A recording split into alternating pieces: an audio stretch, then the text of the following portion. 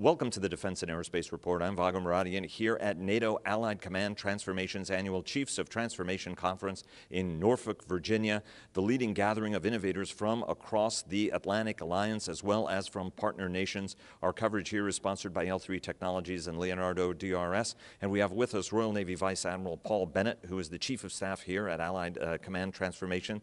Sir, it's an extraordinary conference. You know, it's a great end to the year, but also indicates what some of the key issues the Alliance is going to talk about in the coming year in terms of priorities. The mission of the command has been expanded to include capabilities development in a direct way. From your standpoint, what are the key elements and the key messages you're trying to transmit to all of these highly innovative people from across the Alliance? And what are some of the things that you're listening to them for as you shape the agenda for 2019? You, Admiral Nielsen, and of course, General Lanata, the Chief, the Supreme Allied Commander Transformation, are going to be shaping in the 2019 agenda. Well, General Lanata and I have arrived only a few months ago, but we've inherited this Chief of Transformation conference, which has been running for many years, and an extraordinary collection of across the nations with different partners, 50 nations with their Chiefs of Transformation coming together to share views, to wrestle with difficult subjects. And I have to say, I don't think there is another vehicle in NATO or probably across most countries that allows that diversity of thought to come into one room to try and shape the alliance, but also partner nations for the future. What are, do you think, you know, there's the young disruptors, which are part of the event now. There are also some press interns as well, because as you know, the command is also stepping up, thinking about information, disinformation as part of hybrid. I know Colonel Blunt did a terrific job about that portion of the Trident Juncture exercise as well. From your standpoint, what are the keys to innovation, right? What are the keys to succeeding? You know, everybody always talks about moving faster, moving cheaper, and the importance of disruption. From your standpoint, what are some of the keys of harnessing that goes beyond just the rhetoric of how great that sounds? Yeah, I think innovation is a oft-used term, which I think we've got to analyse. We've got to get under the skin of, because otherwise, I think people just say we should be innovative, and it just doesn't work. So fundamentally, from my perspective, innovation is about having ideas. It's collating ideas. It's challenging ourselves to step into the future, to leave some of those perceptions that we've got and be challenged by all sorts of organizations or people in order that we can learn from each other and identify different futures which would lead to different options for the future. So it's about having ideas fundamentally, and of course then we take the next bit, which is probably you would refer to as entrepreneurship, but we'll wrap it into innovation, which is how do you take those ideas and turn them into capability and put capability in the hands of the warfighter quickly. So that's the simple challenge of innovation, and I think if you start at the left-hand end, which is this business about having ideas, how do you do that? Well, fundamentally, you need to understand the challenges of the future. I think we do that really well. All nations, and certainly in ACT, we describe what the problems are in the future. I think our challenge collectively is to take those problems and then figure out what we do about them.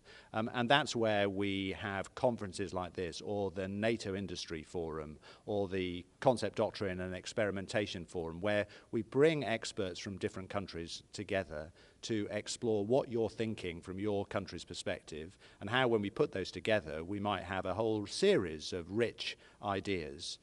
So when you come back to this conference, we've got 50 nations, so that's 50 different perspectives. We've got men and women from those countries and civilians from various MODs.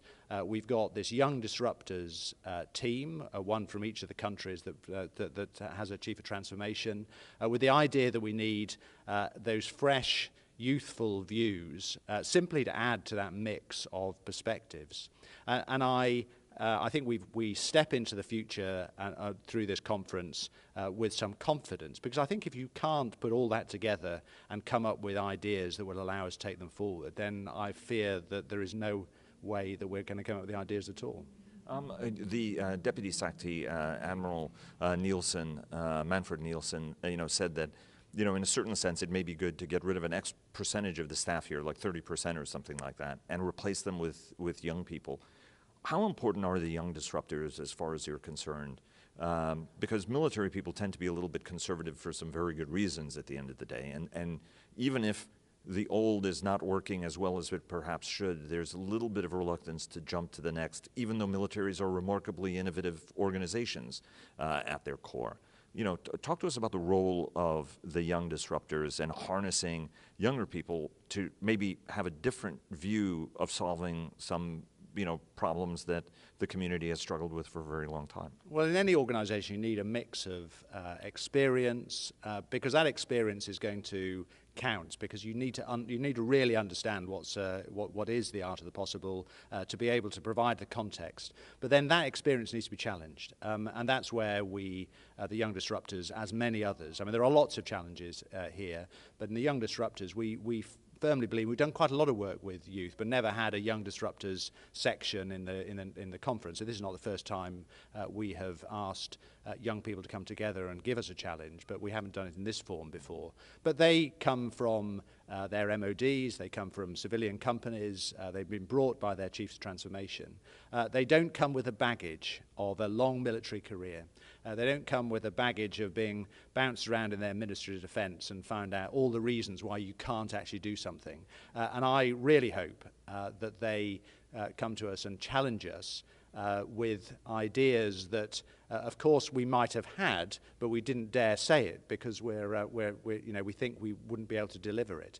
And having it voiced, having it out in the forum, and embracing those ideas will allow us, I hope, to come up with, to grab some of those ideas and take them forward to the future. Oftentimes, military. What's interesting about this discussion and listening to the presentations as this sort of 13th COTC conference gets underway, was how military people have been talking about some of these trends actually a little bit ahead of what some civilian leaders have been talking about. What's the role of military folks to sort of better inform civilian leaders? Because folks talk about disruption, but with disruption comes taking risk. For example, HMS Queen Elizabeth, and congratulations, by the way, and Prince of Wales will be in service here in a little bit, really is a demonstration on how a nation can make some very, very hard choices to deliver capability. It's a 72,000-ton ship that almost has the flight deck acreage of an American Nimitz-class carrier, but was accomplished for about $4 billion, 1,500 in terms of crew, a significant amount of automation, obviously not a nuclear ship, and some survivability trade-offs were made. But at the end of the day, the question was, can we deliver a moving 4-acre flight deck that'll be sovereign UK territory that goes around the world and is tailored to the aircraft you're buying, which was the F-35. But choices were made. Talk to us about how military leaders can talk to the civilian leaderships about making those kind of difficult choices that yield capability either faster, cheaper, or ideally both.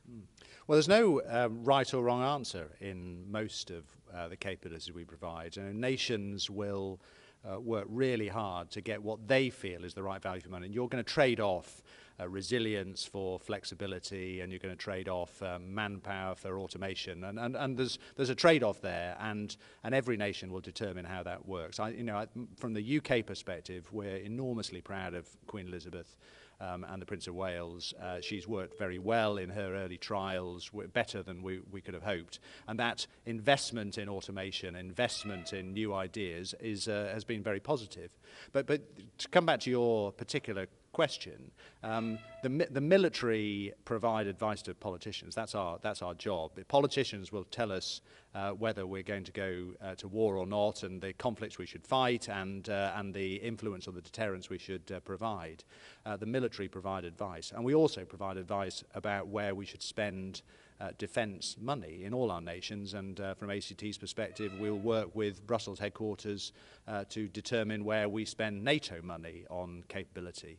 But it has to be military advice, and then it's then laid on the politicians' table to determine what we think is the appropriate outcome of that. That relationship is, of course, embedded in every nation. It's entirely part of our democratic process, and we wouldn't have it no other way. The real challenge for us, especially as we look into the future, where there's a lot of different options, is that we're able to be as articulate and accurate as we can, recognizing the uncertainty that we present. And so if we're going to invest in a new technology, there is going to be an element of risk in that, partly through whether that technology is going to work, but partly whether that technology will be as relevant as we hope it will in 10 or 15 years. We don't know that, but that's the military advice, and that's the dialogue and the discussion that we will have from ACT's perspective with Brussels. Vice Admiral Paul Bennett, Royal Navy, the Chief of Staff here at NATO's Allied Command Transformation in Norfolk. Sir, thanks very much. Hope you have a very good holiday and a good year, and look forward to engaging with you in 2019, which will be the 70th anniversary year of the Alliance. Very exciting. Very good. My pleasure. Thanks very much indeed.